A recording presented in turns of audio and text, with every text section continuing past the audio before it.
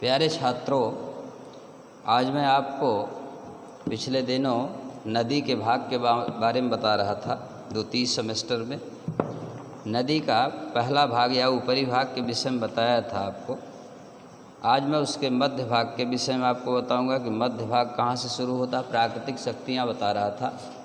प्राकृतिक शक्तियों में ही जो नदी का मध्य भाग होता है, मैंने बताया था कि जब नदी अपने ऐसे स्थानों से जब निकलती है यहाँ से, तो इसके तीव्र ढाल से जब गिरती है तो इसमें बहुत तेज़ी से बहाव होता है और बहाव होने के कारण इसकी धाराएं बहुत तीव्र होती हैं और ऐसी स्थिति को बाल्यावस्था कहते हैं। यह नदी जो है बालकों की तरह से उछलते कूदते हुए चलती है और अपने साथ तमाम कंकड़ पत्थर को तोड़ते हुए चलती है। क्योंकि इसके ऊपरी सिरे पर जो है कटाव इतना तेज होता है कि ऐसी स्थिति में यह क्या करती है, भी आकार की घाटी का निर्माण करती है।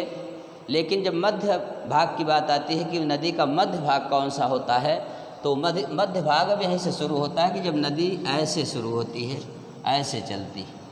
यहाँ से जब जल ऐसे मैदानी क्षेत्रों में प्रवेश करता है तो नदी का प्रवाह जो है धीमा हो जाता है। नदी के जल का प्रवाह जब धीमा होता है तो नदी की स्थितियाँ जो है कई रूप धारण कर लेती हैं। जैसे वो जलोढ़ पंख का निर्माण करती। जलोढ़ पंख का मतलब ऐसे उसकी आकृति कहीं पंख जैसी होती है या कहीं पर जो होती है ऐसे क्या नाम से एक इसको गणित में आप लोग पढ़े होंगे कि चाप के आकार की होती है। कहीं पर नदी जो होती है उसका आकार जो है एकदम ऐसे इसका ऐसे मीन्स इस तरह से बहने लगती है, जिसको विसर्प कहते हैं। विसर्प का मतलब सर्प के आकार में चलने लगती है। सर्प के आकार में चलने के कारण क्या होता है, क्योंकि जब उसके जल के बहाव में जो है क्या नाम से तीव्रता में कमी आती है तो जहाँ अवरोध होता है नदी घूम जाती है, फिर ऐसे घूमती ऐसे घूमते हुए जाती है।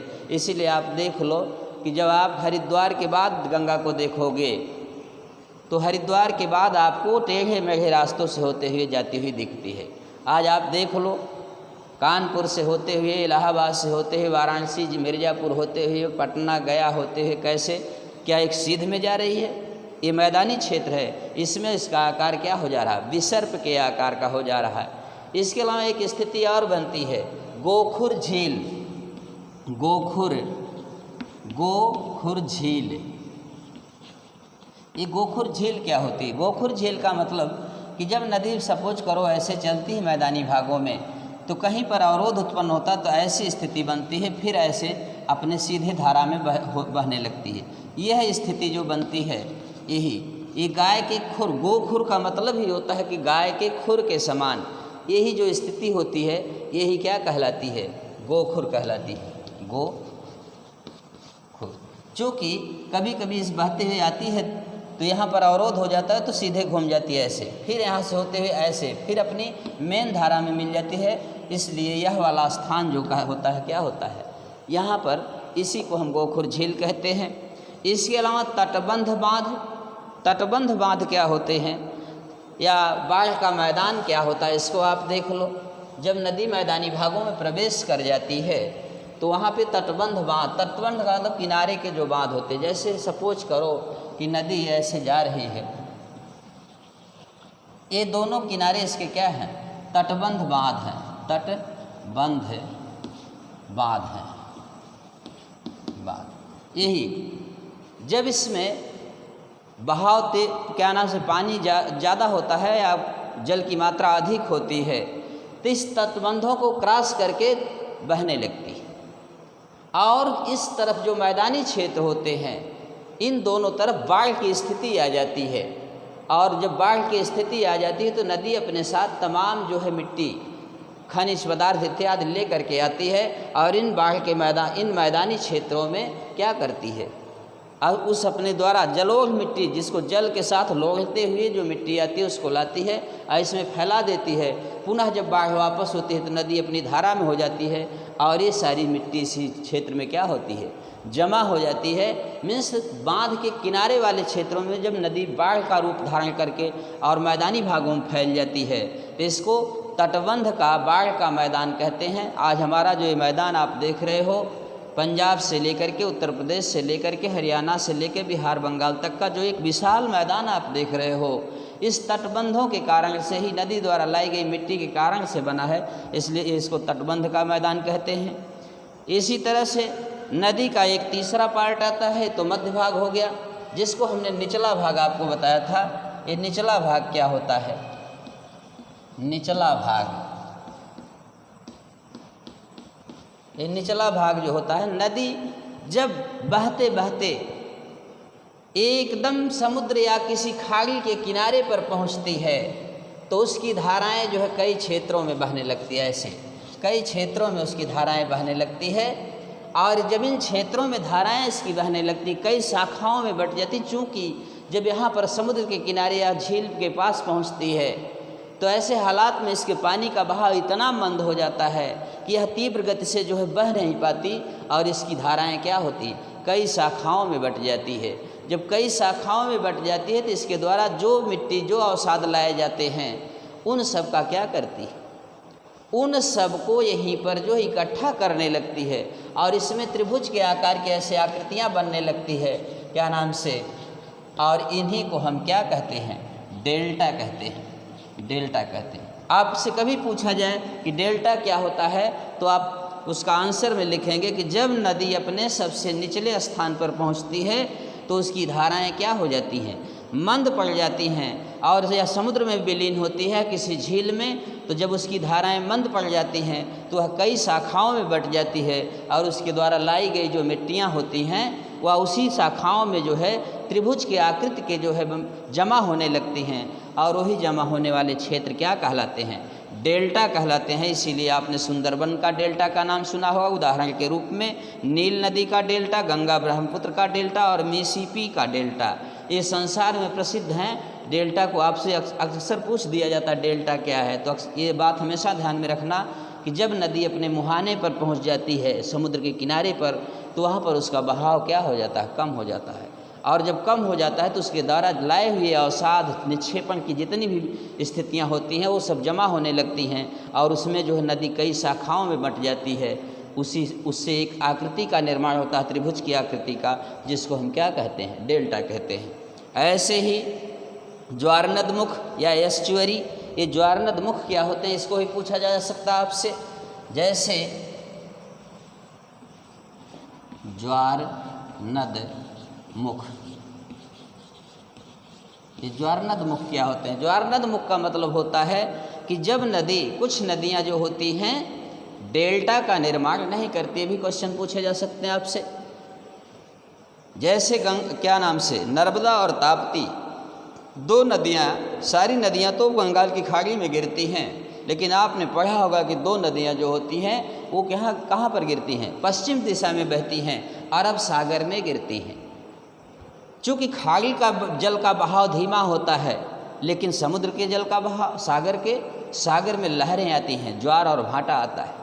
जब ये नदियाँ वह सागर में गिरती हैं, तो उनके द्वारा जितने मलबे लेके जाए जाते हैं, वह ज्वार भाटा के साथ समुद्र क्या करता है, अपने अंदर बहा ले जाता है, और अंदर बहा ले जाने के कारण वहाँ पर डेल्टा का निर्माण नहीं होता।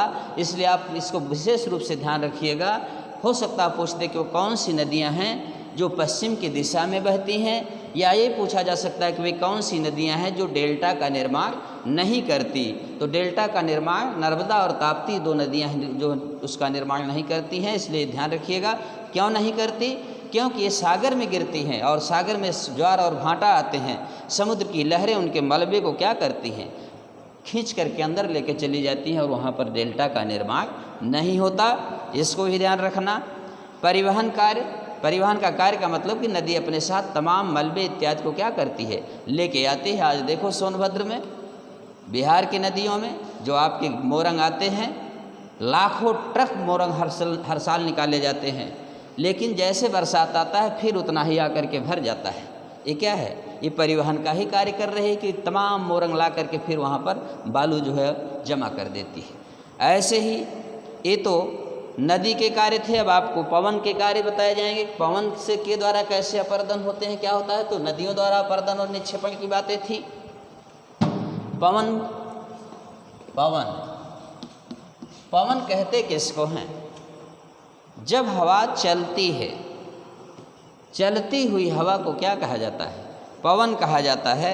इसके द्वारा अपरदन कैसे होता है? इसके द्वारा जैसे मरुस्थलीय भागों में, मरुस्थल का मतलब जहाँ बालुका में क्षेत्र होते हैं, वहाँ पवन बालू को उड़ा उड़ा करके कहीं दूसरे स्थान पर ले जा करके जमा करता है। निक्षेपण का मतलब कि जमा करता है। और इसके द्वारा 3 तरह के जो है क्या नाम से अपरदन होते हैं। जैसे अपवाहन।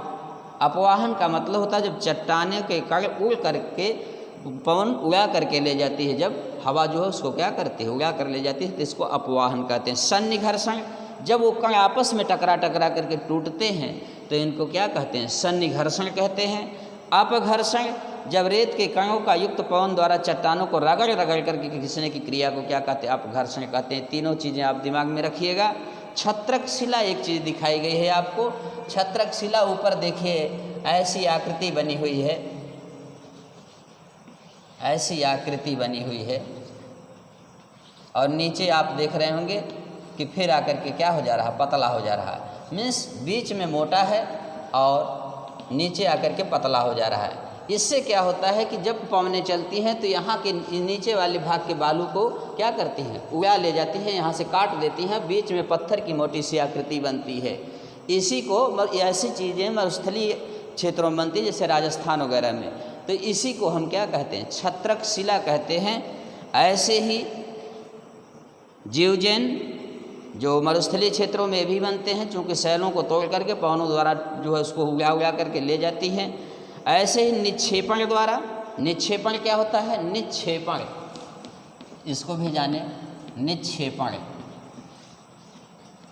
निक्षेपण का मतलब होता है जमाव। जब पवन किसी भी रेगिस्तानी इलाकों में या बालू के कण को या चट्टानों को तोड़ तोड़ करके दूसरे स्थानों पर ले जा करके जमा करते हैं तो इसी क्रिया को क्या कहा जाता है? निक्षेपण कहा जाता है। बालू के टिब्बे आप देखो, जाके राजस्थान इलाकों में जाके देख लीजिए, जहाँ पर रेगिस्तान है, बालू के बड़े बड़े जो है ऐसे आकृतियों के डिब्बे बन जाते हैं, ऐसे ऐसे आकृतियों के डिब्बे बन जाते हैं, ऐसे ऐसे। ये पवनों द्वारा ले जा जा करके निक्षेपित कर दिया जाता है और ऐसे डिब्बे की आकृतियाँ गोल गोल से दिखाई देती है। इसी को हम क्या कहते हैं? जो है बालू के डिब्बे कहते हैं। आप कभी समुद्री इलाकों में जाने का मौका मिले तो वहाँ पे भी इस तरह की आकृतियाँ आपको देखने को मिलती हैं कि समुद्र की लहरों द्वारा इतना तेज गति से पवन चलता है कि उसके बालू आ करके किनारे पर एकदम फंसे रहते हैं। कभी कभी पूरा रोड जाम हो जाता है उन बालुकामय क्षेत्रों में। इसलिए ये पवन द्वारा अपरदन और निक्षेपण होता है। इस तरह की बातें यदि आपसे पूछी जाती है तो आप इसको लिखेंगे। ऐसे ही भूमिगत जल के कार्य, भूमि के नीचे जल, भूमिगत जल का मतलब जो जल भूमि के नीचे पाया जाता है और भूमि के ऊपर भी पाए जाने वाले जल से भी पृथ्वी की स्थलाकृतियों में परिवर्तन आता है। इसको हम कल बताएंगे। Thank you.